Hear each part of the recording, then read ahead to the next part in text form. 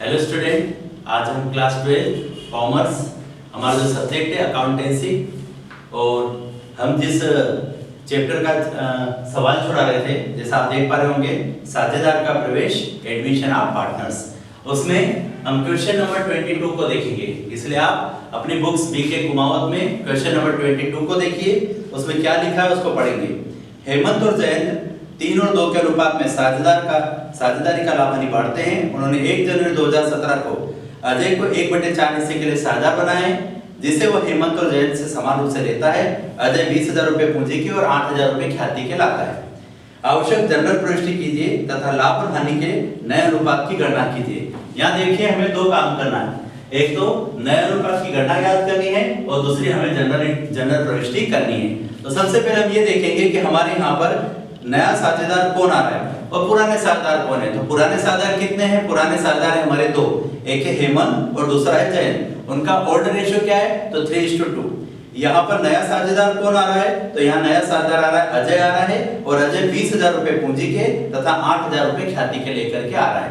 बस अजय जो पूंजी लेकर के आ रहा है 20,000 रुपए पूंजी के ला रहा है, 8,000 ख्याति के ला रहा है। सबसे पहले हम इसी जनरल एंट्री को करेंगे। तो मैंने सवाल नंबर 22 के लिए 22 के लिए जनरल एंट्री लिखी है, क्योंकि यहाँ पर पैसा हमारे पास आ रहा है, एक कैश के रूप में आ रहा है, कैपिटल के रूप में आ रहा है, गुडविल के रूप में आ रहा है। तो हमने पहले एंट्री करी है cash account debit to Ajay's capital account और टू गुडविल अकाउंट। मैंने यहाँ पर गुडविल लिखा है, आप चाहो तो यहाँ पे प्रीमियम भी लिख सकते हैं, गुडविल और प्रीमियम सेम होता है। तो अजय कैपिटल के कितने लाया था?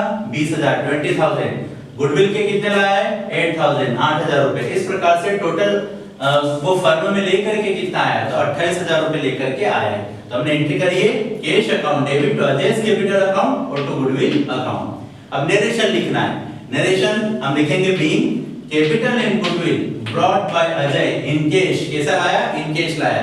यहाँ जगह कम है, हालांकि चाहे तो अपन और बड़ी भी नरेशन लिख सकते हैं। तो मैंने लिखा है being capital and goodwill brought by Ajay in cash.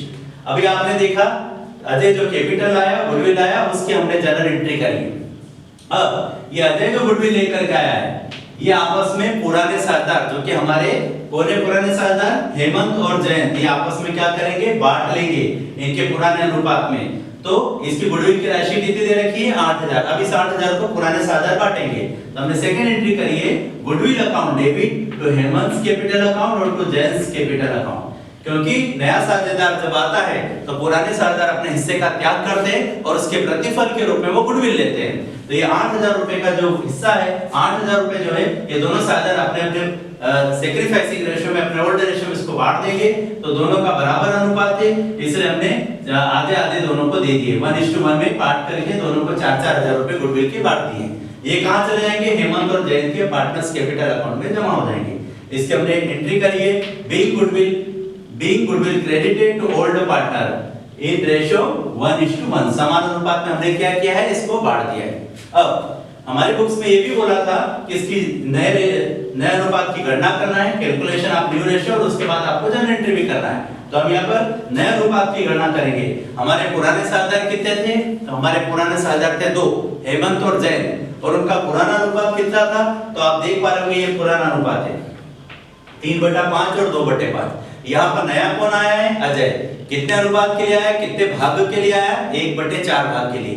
लेकिन हमारे प्रश्न में यहाँ पे कुछ रूल्स चलते हैं, नियम चलते हैं। तो यहाँ पर आप देख सकते हो, इसमें ये बोला गया है कि अजय को 1/4 हिस्से के लिए साझेदार बनाया है, जिसे वो हेमंत और जयंत से समान रूप से लेता है।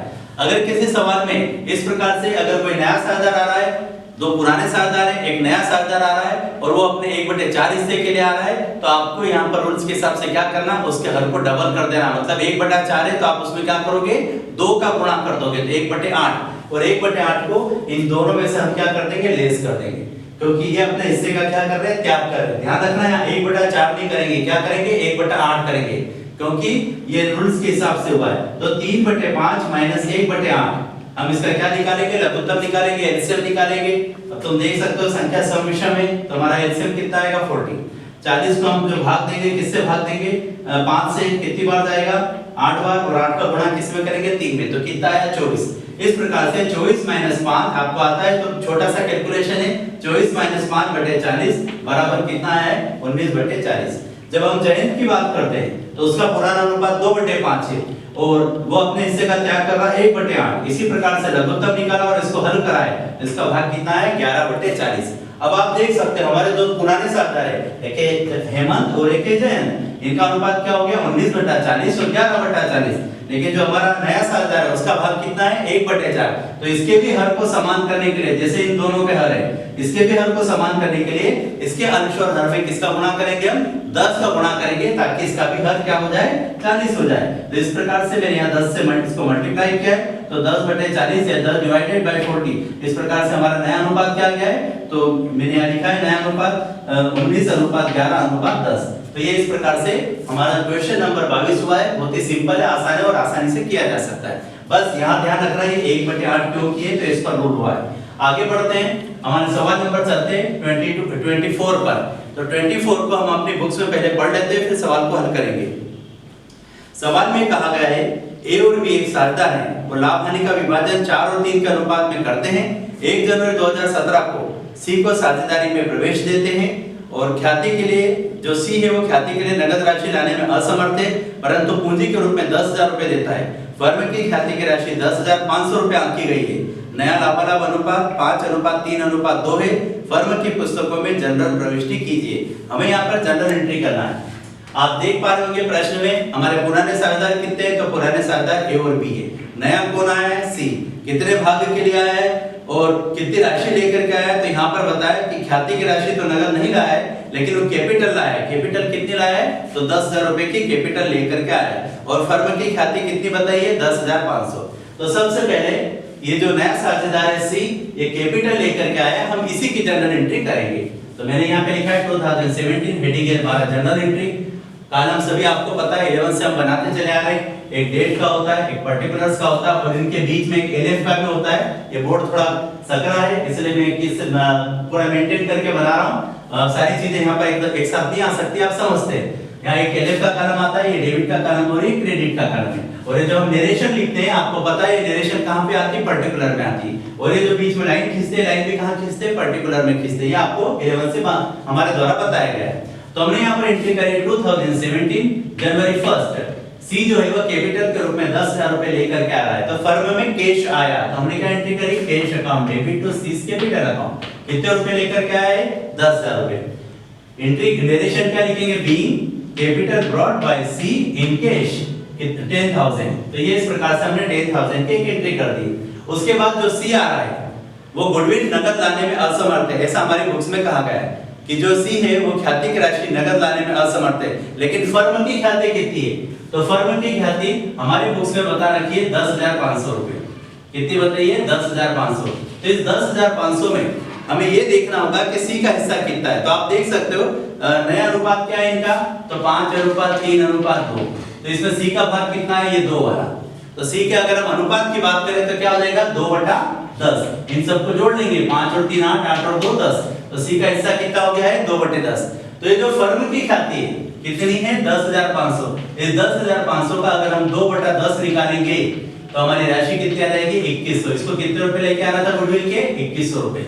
आप इस प्रकार से इसको समझ सकते हैं। ये जो मैंने यहाँ पर गुडविल की राशि लिखी है 2100 रुपए, जो हमारा नया साझेदार लेकर के नहीं आया है, तो वो भी हमने वर्किंग नोट्स के माध्यम से ये यहाँ पर हमने निकाल ली है। तो हमने एंट्री करी इसकी जनवरी 1 C's capital account debit to A's capital account to B's capital account. इसका अमाउंट कितना हो रहा है गुडविल का, जो नहीं लाया 2100 रुपए। ये 2100 रुपए की राशि क्या करेंगे, हमारे जो पुराने साझेदार है अपने त्याग के अनुपात में सैक्रिफाइसिंग रेशियो में बांट लेंगे। आपको पता है कि जो गुडविल होती है, प्रीमियम होती है, उसको त्याग के अनुपात में बांटा जाता है। तो त्याग का अनुपात मैंने नीचे निकाला है, ये भी मैं थोड़ी देर से बता दूंगा। तो 5:9 के अनुपात में बांटा है, इसलिए हमने लिखा C's capital account debit to A's capital account to B's capital account. ये 21,000 को हमने 5 और 9 के अनुपात में बांटने पर हमारी ये राशि यहाँ पर आएगी। आगे हम बात करते हैं कि ये 5 और 9 का अनुपात निकला कैसे। तो हमने लिखा है calculation of sacrificing ratio of A and B. हम ए और बी का त्याग का अनुपात निकाल रहे हैं। तो ए और बी का ओल्ड रेशियो क्या था, आप यहाँ देख पा रहे होंगे, old ratio is equal to 4:3। New ratio क्या है, तो new ratio is equal to 5:3:2। इस प्रकार से अगर हम ए का त्याग का अनुपात निकालेंगे तो पुराना अनुपात कितना है 4/7 - 5/10। इसको हल करेंगे और इसको हल करने के बाद हमारा कैलकुलेशन करने के बाद हमारा जो आंसर आएगा वो कितना आएगा 5/70। पुराने में से नए को घटाया। ठीक इसी प्रकार से जब बी का निकाला तो बी का पुराना कितना था 3/7, उसमें से नया को घटाया और उसको हल करा तो हमारा कितना है 9/70। इस प्रकार से हम कह सकते हैं कि हमारा त्याग का अनुपात है 5 और 9 का अनुपात। तो ये इस प्रकार से हमारा सवाल हुआ। सबसे पहले हमने कैश की एंट्री करी है, कैपिटल की एंट्री करी जो नगद लेकर के आया, उसके बाद हमने गुडविल की एंट्री करी जो नगद नहीं लाया लेकिन हमने वर्किंग नोट से निकाला है और उसको 5 और 9 के अनुपात में बांटा है। तो इसी प्रकार से आपको आगे के भी सवाल देखने होंगे। ये सवाल हमारे यहीं पर समाप्त होते हैं।